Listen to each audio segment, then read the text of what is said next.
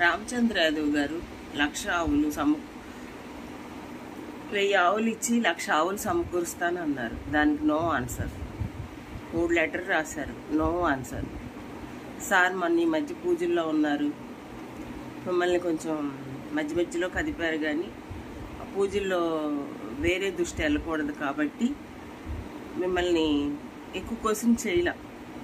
Sir పూజ అయిపోయింది, sir బయటకు వచ్చారు. డిసివై కార్యకర్తలు అందరూ కూడా బయటకు వచ్చారు.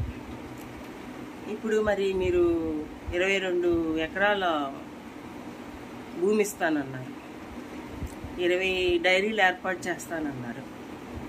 మరి దేవుడి మీద మీకు భక్తి ఉంటే మరి ఏడుకొండల వాడిని మీరు ఎంతో ప్రేమిస్తామని, మరి పవన్ కళ్యాణ్ గారు కూడా పాదయాత్రలు చేశారు, నెట్లు పూజలు చేశారు, విజయవాడ కనకదుర్గమ్మ గుడి దగ్గర శుద్ధి చేశారు, చాలా చేశారు. ఎందుకని? ఆయన మీద భక్తి ఉంది కాబట్టి. అలాగే రామచంద్ర యాదవ్ గారు కూడా 1000 ఆవులు 1,00,000 గోవులు సమకూర్చి 22 ఎకరాలు భూమి ఇస్తానని చెప్పేసి చెప్తున్నప్పుడు మీరు రిప్లై ఎందుకు ఇవ్వలేకపోతున్నారు? కొన్ని రామచంద్ర యాదవ్ గారు ఇచ్చింది మీకు నచ్చకపోతే ఆ 22 ఎకరాలు ఏదో మీరే ఇవ్వండి, ఆ 1,00,000 గోవులు మీరే ఏర్పాటు చేసి గోశాలలు పెట్టించండి, డైరీలు ఏర్పాటు చేయండి. దేవుడికి న్యాయం చేయలేని వాళ్ళు మీరు మనుషులకి ఏం న్యాయం చేస్తారు? ఇంకొక విషయం ఏంటంటే, వైసీపీ కార్యకర్తలు నచ్చక జనాలు వాళ్ళని ఎవిక్ట్ చేసి మిమ్మల్ని గెలిపించారు. ఎందుకు గెలిపించారు? వాళ్ళు నచ్చక, వాళ్ళ ప్రవర్తన నచ్చక, వాళ్ళు చేసే విధానం నచ్చక మిమ్మల్ని గెలిపించారు. కానీ మీరేం చేస్తున్నారు? వాళ్ళు వైసీపీకి రాజీనామా చేసి మీ దగ్గరకు వస్తారంటే మీరు ఎందుకు ఆహ్వానిస్తున్నారో మాకు అర్థం కాల. మాకు ఇలాగే మీరు ప్రజలు మమ్మల్ని ఏం చేస్తారులే, మా ఇష్టం మా నిర్ణయాలు అని మీరు అనుకుంటూ ఆ వైసీపీ బ్యాచ్ని అంతా తీసుకొచ్చుకుని మీలో కలుపుకున్నారే అనుకో, రేపొద్దున్న మాకే మంచిది అది. ఎందుకంటే రేపొద్దున్న ఈ 2 పార్టీలని వదిలించుకుని కొత్త పార్టీ కోసం ప్రజలు వెయిట్ చేస్తున్నారు. మీరు ఇలాంటి పనులు చేస్తూ ఉంటే అది మాకే మంచిది. మాకు రేపొద్దున్న మాకు సహకరించిన వాళ్ళు అవుతారు. తీసుకోండి, వైసీపీ వాళ్ళు బాగా తీసుకోండి. రేపొద్దున్న మీలో మీకు సీలికలు తీసుకొచ్చి మీకు దిబుడే అంతా. ఇంకా మేమేం చెప్పలేము దీనికి.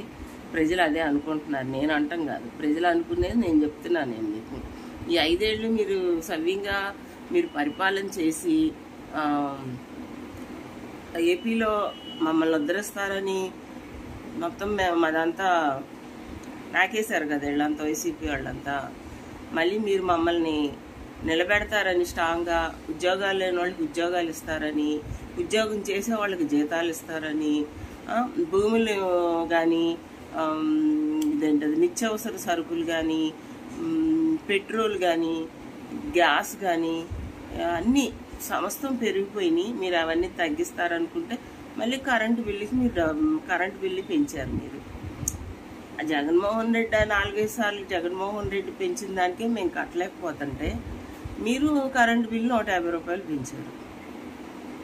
మరి మీరు ఇలా పెంచుకుంటూ వెళ్తే ఇప్పుడు మేము జనాలు సోలార్ 1,00,000 రూపాయలు పెట్టి వేయించుకుంటున్నారు. రేపొద్దున్న అందరూ అది వేయించుకుంటే మళ్ళీ దానికి కూడా పన్నేస్తారు మీరు. ఎందుకంటే మీరు మమ్మల్ని ఉద్ధరించండి అయ్యా అని మిమ్మల్ని ఓట్లేసి మా డబ్బంతా మీ చేతిలో పెట్టి, ట్యాక్సీలు కట్టి, అవి కట్టి ఈ కట్టి మా డబ్బంతా మీ చేతిలో పెడితే మీరు స్వాహా చేసిందంతా స్వాహా చేసి జనాలకి మిగిలింది పారేస్తున్నారు. రేట్లు పెంచేసి, అవి పెంచేసి, ఈ పెంచేసి అలా చేస్తుందని కదా వైసీపీ ప్రభుత్వం మరి మిమ్మల్ని గెలిపించుకుంది. మీరు కూడా అన్నిటికీ రేట్లు పెంచుకుంటూ వెళ్ళిపోతే మా పరిస్థితి ఏంటి? మేము ఎలా బతకాలి? ఉన్న కరెంటు బిల్లే కట్టలేకపోతున్నాం. ఇదివరకు 800-700 వచ్చే కరెంటు బిల్లు ఇప్పుడు 4,000-5,000 వస్తుంది. అదే కట్టుకోలేక కొంతమంది ఫ్యాన్లు వేసుకోవటం మానేసి ఇసుని కర్రలు పెట్టి ఇసురుకుంటున్నారు. కష్టపడి ఎక్కడ తీసుకొచ్చి కడతాం వీళ్ళకి అనేసి ఇసురుకుంటున్నారు. మరి నైట్ పూట ఏదో కాసేపు ఆ లైట్ వేసుకుని ఏదో సీరియల్ అలవాటు అయిపోయినాయి కాబట్టి పాపం ఏదో కాసేపు 1-2 ఇదివరకు పొద్దున్న సాయంత్రం వరకు సీరియల్ చూసేవాళ్ళు ఇప్పుడు 1-6 చూస్తున్నారు. రాను రాను మీరు ఎలాగే చేస్తే ఆ టీవీలు కూడా మూతపడిపోతాయి. కరెంటు బిల్లు కట్టలేక టీవీలు చూడటం మానేస్తారు. బాగా బలిసినోడు ఊరు సొమ్ము వేసుకునేవాడు తప్ప కష్టపడేవాడు మాత్రం చూడలేడు. అది కూడా ఆలోచించుకోండి. మరి ఆ వైసీపీ మోహనందరినీ తీసుకొచ్చి మీలో కలుపుకొని ఏలూరు ఆళ్ళనాని కూడా మీ దాంట్లోకి వస్తున్నాడని ప్రచారం జరుగుతుంది. అది ఎంతవరకు నిజమో తెలియదు. కానీ ఆళ్ళనాని గారు ఏలూరులో గెలిచి ఏం చేశారనుకుంటున్నారు? ఏం చేయలే. చాలా ఆళ్ళనాని గారిని మీరు చేర్చుకుని ఇక్కడ ఎమ్మెల్యేనో ఎంపీ సీట్ అయితే గెలుస్తాడు అనుకుంటున్నారా? ఏం అర్థం కావట్లేదు. రాజకీయం అంటే ఆయన ఊసేస్తే తుడుచుకెళ్ళిపోవాలన్నట్టుగా ఉంది. హాస్య జోక్స్ వేసుకుని నవ్వుకుంటున్నారు జనాలు. మీరు వీళ్ళు రాజీనామా చేసి వచ్చి మీరు అందులో చేర్చుకుంటుంట ఒక్కొక్కరిని. ప్రజలు లేరా? వైసీపీ వాళ్ళు వచ్చి మీ దాంట్లో చేర్చుకుంటేనే మళ్ళీ రాజకీయం మీరు చేయగలుగుతారా?